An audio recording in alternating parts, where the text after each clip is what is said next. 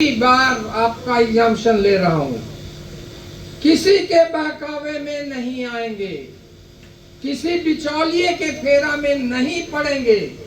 और आपको एश्योर करता हूं कि पोर्टल में जो फी पैसा जिस तरह का लगाए हैं उसके अलावा एक पैसा भी कहीं नहीं देना है। मैं पढ़ाई और एग्जामिनेशन के लिए मैं जिम्मा लेता हूँ। पढ़ाई तो हमारे टीचर सब विद्वान टीचर हमारे सब साथी हैं, सब लोग कर रहे हैं। और भारत भूषण से पता चला कि सभी टीचर क्लास ले रहे हैं, ये बहुत खुशी की बात है। जब मैं प्रिंसिपल यहाँ था तो उस समय सब टीचर से जा के रिक्वेस्ट करते थे, तो कुछ बहाना बनता था, कुछ लोग क्लास भी लेते थे, लेकिन उस क्लास से मैं सेटिस्फाइड नहीं था जिस तरह की पढ़ाई। फिर भी इन लोगों ने जो उस बैच में उस समय के जो स्टूडेंट थे पैरामेडिकल्स के, उन्होंने बहुत अच्छा काम किया है। उसमें एक तो आपके नेता ही हैं जिनके बारे में कहा जाता है कि साधु हैं, बाल बढ़ा करके बात बहुत पॉलिटिकली बहुत मोटिवेटेड बात करते हैं। हमको तो उन्होंने खुश कर लिया अपनी बातें से, और उनको ना कभी कहते ही नहीं। जब भी हमारे ऑफिस में जाते हैं तो मुझे लगता है बराबर मैं कहता हूँ कि आप क्यों आए यहाँ, आपके आने की क्या जरूरत है। एक बार जब आप कह दिए तो वो काम होना है।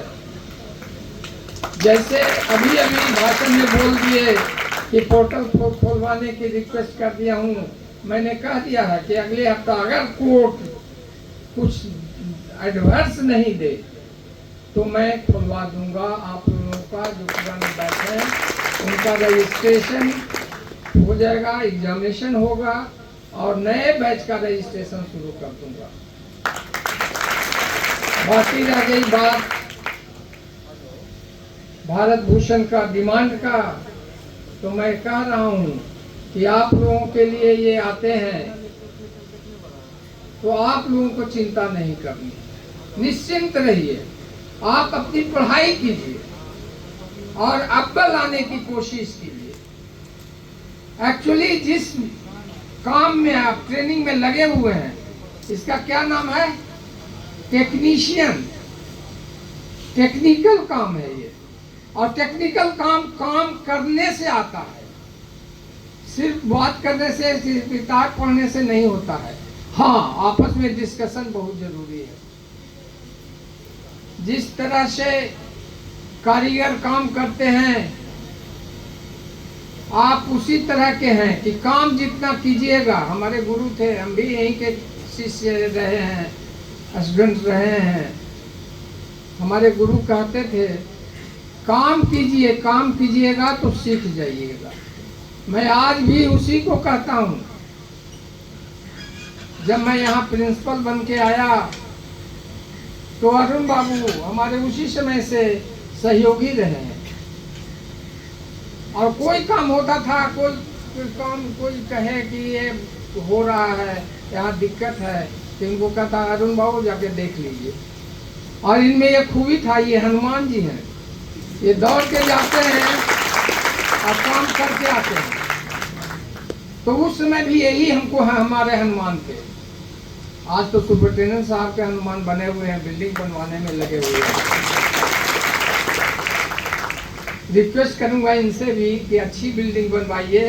पैरामेडिकल्स के लिए हॉस्टल का प्रपोजल जरूर रखिए। थोड़ा दिन मैं डेंटल कॉलेज में भी था, बगल में PHI भी है, PHI में भी गया था। उस समय कुछ लोगों को जब डिमांड रखे थे तो मैं गया था सुलझाने के लिए, लेकिन उस समय मेरी बात नहीं माने।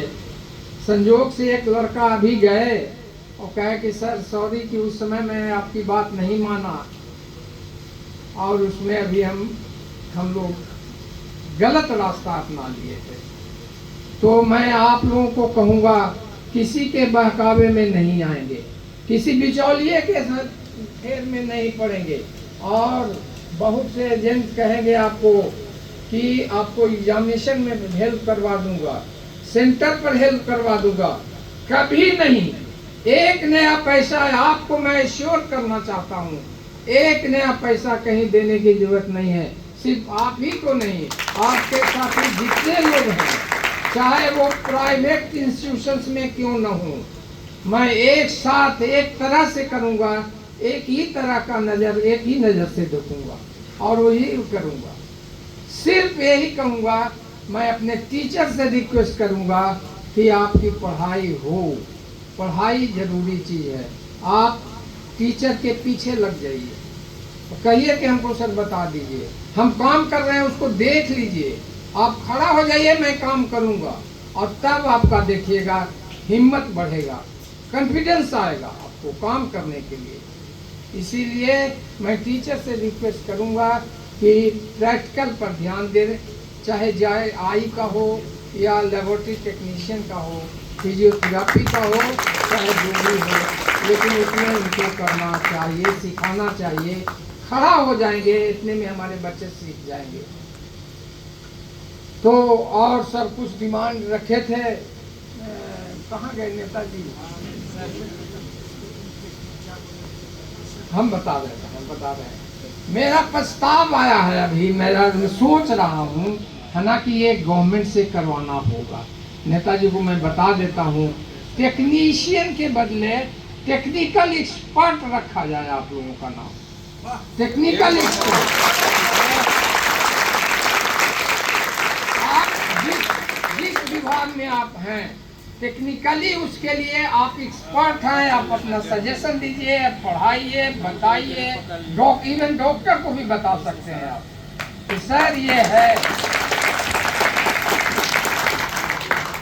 मैं बीटा मेडिकल कॉलेज में गया हुआ था, उस समय मैंने कहा कि एक विभाग दूसरे विभाग से मिल करके और ट्रीटमेंट करें। पैथोलॉजिस्ट हैं जो पैथोलॉजिकल टेस्ट तो कर दिए, लेकिन वो क्लिनिकल डिपार्टमेंट में जाके सजेस्ट नहीं किए कि पैथोलॉजिकली ये चीज़ है, आप इस लाइन पर ट्रीटमेंट कीजिए। जब तक सिंक्रोनाइज नहीं होगा, कोऑर्डिनेशन नहीं होगा, तब तक प्रॉपर पढ़ाई नहीं होगी। इसीलिए आपका पोजीशन बहुत ऊपर है, कम नहीं है, किसी से कम नहीं है। आप डॉक्टर के सहयोगी हैं, डॉक्टर आपसे सहयोग लेकर के और ट्रीटमेंट करेंगे। बेस्ट ट्रीटमेंट वही होगा जिसमें आप सहयोग करेंगे और डॉक्टर अपना सहयोग करेंगे, तो वो ट्रीटमेंट जो होगा वो बेस्ट ट्रीटमेंट होगा। तो मैं आप लोगों से, भारत भूषण मेरे साथ हैं, इनको मैं कहूँगा कि गवर्नमेंट से रिक्वेस्ट कीजिए कि टेक्निकल एक्सपर्ट के रूप में हम लोगों को मान्यता मिले और रजिस्ट्रेशन हो। इसके लिए आपकी इनिशिएशन हो, मेरा सोच है। और बाकी एग्जामिनेशन के लिए कोई चिंता आप लोगों को नहीं करना है, कुछ नहीं करना है, सिर्फ पढ़ाई के अलावा कुछ नहीं करना है। कहाँ सेंटर होगा, कहाँ एग्जामिनेशन होगा, कैसे होगा, कुछ नहीं सोचना है। आपको एग्जामिनेशन सेंटर पर जाना है, एग्जामिनेशन देना है। पास होने की भी इवन चिंता नहीं होनी चाहिए अगर पढ़ते हैं तो। ऐसा मत सोचिए इसका हम कह रहे हैं कि पास कर देंगे और ये मत कीजिए आप पास कर देंगे, ये नहीं होगा हमारे राज्य। मैं पीएमसीएच में रह करके इन लोगों को सिखाया हूँ, बताया हूँ, ये नहीं हो सकता। मेहनत तो आपको करना होगा। मैं उस डिपार्टमेंट में काम किया हूँ, अपने में भी किया हूँ, जिसमें टीचर के डर से लड़के भाग जाते थे। बहुत बहुत बहुत धन्यवाद आदरणीय वाइस चांसलर महोदय। साथ ही साथ छात्रों की ओर से एक रिक्वेस्ट है। छात्र कह रहे थे कि पैरा मेडिकल का डिप्लोमा हम पहले जिस बोर्ड से कर रहे थे, उस बोर्ड में रजिस्ट्रेशन का शुल्क 300 रुपया मात्र लगता था और सभी काफी आर्थिक रूप से निम्न वर्गीय पृष्ठभूमि से आते हैं। मेरा रिक्वेस्ट है सर कि रजिस्ट्रेशन तो हो गया है, इसमें जो फीस है एटलीस्ट जब फॉर्म भराएगा, क्योंकि यूनिवर्सिटी में फॉर्म भरने में भी लगभग 4-5 हजार रुपया लगता है। तो मेरा रिक्वेस्ट है कि उस फी को मिनिमाइज करने की कृपा करेंगे, जिससे कि छात्रों को राहत मिले